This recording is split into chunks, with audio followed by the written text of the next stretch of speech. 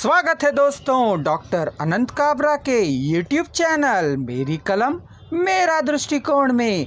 आज हमारे चैनल के माध्यम से हम डॉक्टर अनंत काबरा के एक साहित्यिक पुष्प सर्पिल चाल लघु कथा संग्रह की लघु कथा पेश करने जा रहे हैं। इसका रसानंद लें।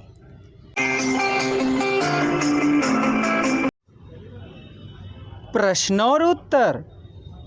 वह जब भी सवाल पूछता लोग उसके प्रश्न पर बहुत हंसते और वह उस हंसी को खिल्ली समझकर मौन हो जाता।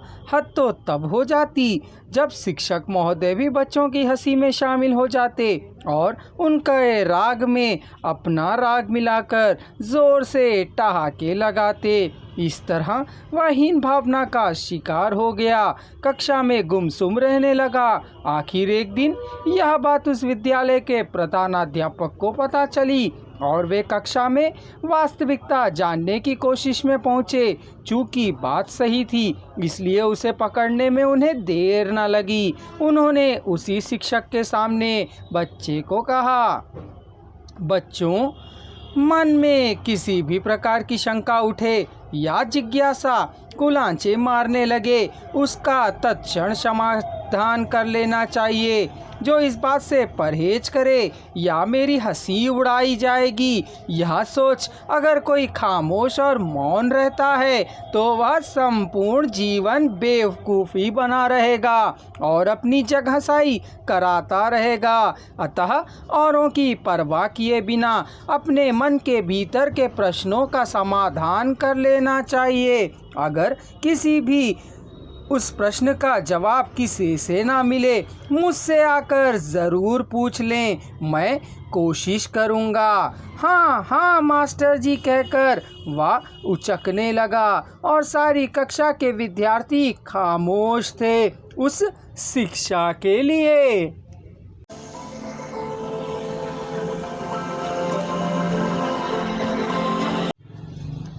हिंदी साहित्य में डॉक्टर अनंत काबरा का नाम बड़े आदर के साथ लिया जाता है। बचपन से ही मेधावी उनके व्यक्तित्व के समांतर ही उनका साहित्य प्रामाणिकता की कसौटी पर कुंदनवत श्री संपन्न है। उनका सृजनशील लेखन 20वीं सदी के 8वें दशक के मध्य से आरंभ होता है। अब तक उनके कई काव्य कृतियाँ, कई लघु कथा संग्रह, कहानी संग्रह, सूक्तियाँ आदि प्रकाशित हो चुकी है। नित्य उनके द्वारा व्हाट्सएप चैनल के माध्यम से एक लघु कथा, एक कविता और 2 सूक्तियों का नित्य प्रेषण किया जाता है। अगर आप इससे जुड़ना चाहें तो डॉक्टर अनंत काबरा के व्हाट्सएप नंबर 9849018444 पर संपर्क कर जुड़ सकते हैं।